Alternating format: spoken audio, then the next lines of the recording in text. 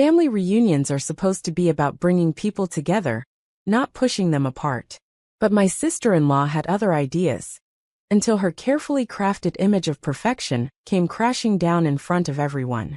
I'm Sarah Mitchell, 38. And this is the story of how my sister-in-law's attempt to exclude me from the family backfired spectacularly when her daughter revealed who I really was. From the moment I married Tom Mitchell 10 years ago, his sister Rebecca made it clear I wasn't what she had in mind for her brother. While Tom and I met teaching at an inner-city school, Rebecca had always envisioned her brother with someone more refined, preferably one of her country club friends. A teacher, she'd sneered when Tom first introduced me. How quaint. Rebecca, with her perfect manicured nails and designer wardrobe, was everything I wasn't. She'd married Richard Thompson, a wealthy real estate developer, and spent her days organizing charity galas and judging anyone who didn't meet her exacting standards. Her daughter, Emma, was being groomed to follow in her footsteps. Only 8 years old, but already enrolled in every prestigious activity Rebecca could find: ballet, piano, tennis lessons at the country club. Poor Emma barely had time to be a child. Our paths rarely crossed, which was fine by me. Tom and I were busy building our careers in education, working our way up from teaching to administration. We didn't have time for Rebecca's social climbing games. Then came the annual Mitchell family reunion. It was a big deal this year. Tom's parents' 40th wedding anniversary. Everyone would be there, including relatives from across the country. We need to look perfect, Rebecca announced during the planning meeting. I'm hiring a professional photographer. The photos will be in the society pages. I should have known she was up to something when she insisted on coordinating everyone's outfits. We're going for a specific aesthetic, she'd said, eyeing my comfortable teaching clothes with disdain. The day of the reunion arrived, and I wore the dress code-compliant navy blue dress she'd specified. Tom and I arrived early to help set up at his parents' sprawling home. Rebecca was already there, directing everything like a military operation. Her husband Richard stood off to the side, looking uncomfortable as usual. Emma was nowhere to be seen, probably at another enrichment activity. As guests arrived, Rebecca orchestrated everything, from the seating arrangements to the timing of appetizers. Then came time for the family photos. Let's get the immediate family first, Rebecca called out, gathering everyone together. I moved to join Tom, but Rebecca stepped in front of me. You don't fit our image, she smirked, pushing me aside. Let's keep this just for the blood relatives. Tom started to protest, but I shook my head. It wasn't worth causing a scene at his parents' anniversary. I stepped back, watching as Rebecca arranged everyone to her satisfaction. Perfect, she declared. Now we look like a proper family. The photographer began taking shots, with Rebecca continuously adjusting everyone's positions. That's when we heard the commotion at the front door.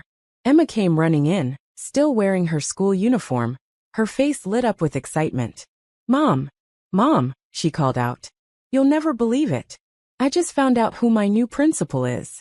Rebecca didn't even turn around. Not now, Emma. We're taking important photos. But Emma couldn't contain her excitement. She ran straight into the photo setup, pointing at me. Mom, that's my new principal. Mrs. Mitchell is going to be my principal at Preston Prep. The camera dropped. The photographer fumbled with his expensive equipment as Rebecca spun around, her face draining of color. What did you say? She whispered. Emma, oblivious to the tension, continued excitedly. Mrs. Mitchell is the new principal at Preston Prep. They announced it at school today. Isn't it amazing? Preston Preparatory Academy, the most prestigious private school in the city. The school Rebecca had pulled every string to get Emma into. The school where she served on the parents' board. And I was its new principal. Tom couldn't help but smile. Were you going to tell them, honey? I shrugged. The board wanted to make the announcement official first. Though I suppose it is now. Rebecca's perfectly arranged photo session dissolved into chaos. Family members started asking questions all at once, while Rebecca stood there, looking like she'd swallowed something sour. But how? She finally managed to ask. Well, I explained calmly. After 15 years in education, multiple advanced degrees, and a successful track record of turning around struggling schools, I was headhunted for the position. The board voted unanimously. Richard, who had been quiet until now, spoke up. That's why you were at the board meeting last week. I thought you looked familiar. Yes, I confirmed, though we were asked to keep it confidential until today's announcement. Rebecca's world was crumbling around her. The sister-in-law she'd dismissed as just a teacher was now going to be in charge of her daughter's education, and a prominent figure in her precious social circle. Emma, she said sharply, why aren't you at your piano lesson? Oh, Mrs. Peterson was sick, Emma replied cheerfully. But Principal Mitchell, says music should be fun anyway. Did you know she plays 3 instruments?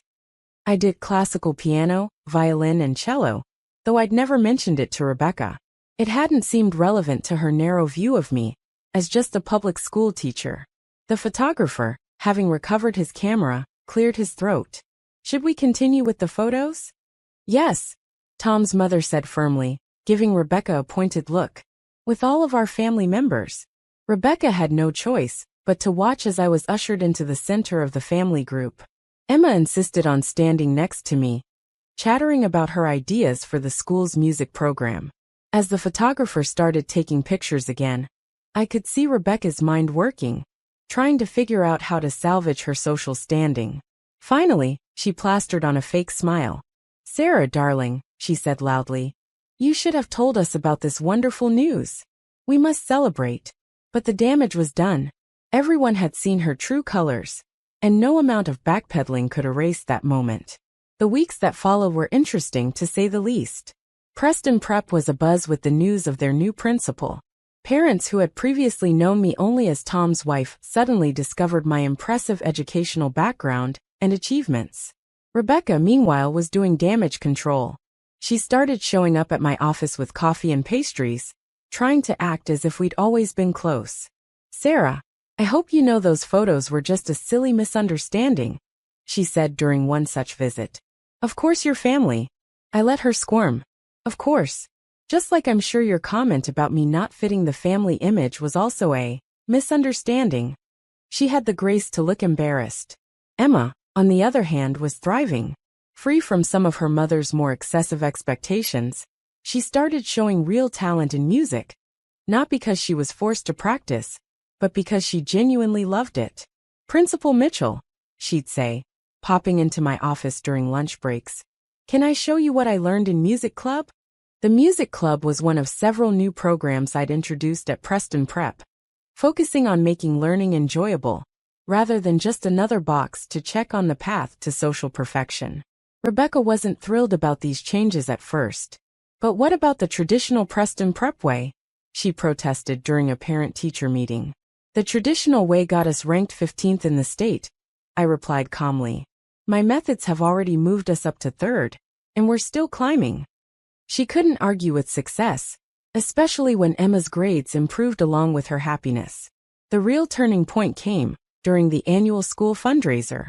Traditionally, it had been a stuffy affair with classical music and silent auctions. I changed it to a talent showcase, letting students demonstrate their achievements in their own ways. Emma chose to perform a piano piece she'd composed herself, something that would never have been allowed under the old regime. When she received a standing ovation, I saw tears in Rebecca's eyes. I never knew she could create something like that, she whispered. Children can surprise us, I replied, when we give them the chance to be themselves. That evening marked a shift in our relationship. Rebecca began to see me not just as her brother's wife, or even as her daughter's principal, but as someone who genuinely cared about education and helping children succeed. During the next family gathering, a casual barbecue at Tom's parents' house, Rebecca approached me with an unusual request. Would you help me understand more about modern education? She asked hesitantly. I feel like I've been doing everything wrong with Emma. It was the first genuine conversation we'd ever had. We talked for hours about educational philosophy, child development, and the importance of balancing achievement with emotional well-being. I was so focused on the image, she admitted. The perfect daughter at the perfect school, doing all the perfect activities. I never stopped to ask what Emma actually wanted. It's never too late to change, I assured her. And change she did. Over the next year, Rebecca transformed from a social climbing helicopter parent into someone who actually listened to her daughter. Emma was allowed to drop some of her excessive activities and focus on what she loved, music and science. The transformation wasn't just in their relationship. Rebecca started taking an active interest in education itself, not just as a status symbol. She joined the school's curriculum committee, offering valuable insights from a parent's perspective. You know, she told me during one committee meeting, I used to think being just a teacher was somehow beneath us. Now I realize it's one of the most important jobs in the world. Tom found the whole situation amusing. Remember when she wouldn't even let you in the family photos? He teased. Now she's bragging about her principal sister-in-law to everyone at the country club. It was true. Rebecca had gone from trying to hide my existence to proudly introducing me at social events. This is my sister-in-law, Principal Mitchell, she'd say. She's revolutionizing education at Preston Prep. The school continued to thrive under my leadership. Our innovative programs attracted attention from other prestigious institutions, and soon I was being asked to speak at educational conferences. Rebecca attended one of these conferences, sitting in the front row.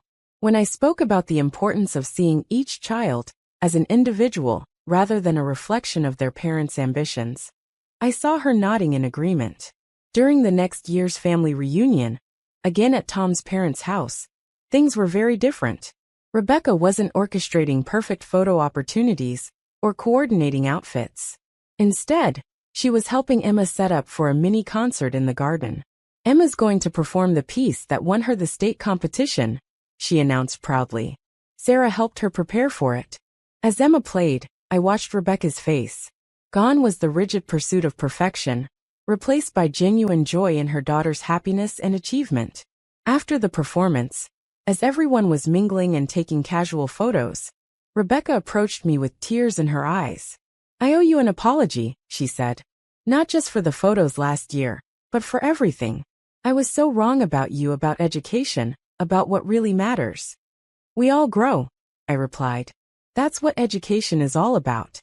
She laughed softly. Is that why you didn't expose me immediately when you got the principal position? You were teaching me a lesson. Actually, I smiled. I was just following the school board's confidentiality request. But the lesson worked out nicely, didn't it? The photographer from last year had been hired again, this time for a much more relaxed family gathering. As we all gathered for a group photo, Rebecca pulled me to stand next to her. Perfect, she said. But this time she wasn't talking about creating an image. She was talking about family. Emma, now thriving both academically and personally, insisted on taking some silly photos too. As we all laughed and posed together, I caught Rebecca's eye. You know, she said quietly, I used to think image was everything. But you showed me that substance matters more. Thank you for not giving up on us. The photos from that day show a real family, not perfectly posed or color coordinated, but genuine and happy. They hang in both our homes now. A reminder that sometimes the people we try to exclude turn out to be exactly who we need in our lives. As for Preston Prep, we're ranked first in the state now. Not because we force our students into a rigid mold, but because we help them find their own paths to excellence. And Rebecca, she's now one of the school's biggest advocates for progressive education. She still serves on the parent board, but these days she's fighting for more arts funding and student-led initiatives, rather than worrying about social status. Emma is in high school now, excelling in both music and academics, but more importantly, she's happy. She still stops by my office regularly, not because I'm her principal, but because I'm her aunt who believed in her. Sometimes I look at the photo from that first reunion, the one where Rebecca tried to exclude me. It sits right next to this year's photo, where we're all laughing together, Emma at the piano in the background. The contrast couldn't be clearer, because sometimes the people who don't fit the image are exactly the ones who can help you see a better picture altogether. Thanks for watching. See you again in the next video. Stay stunned.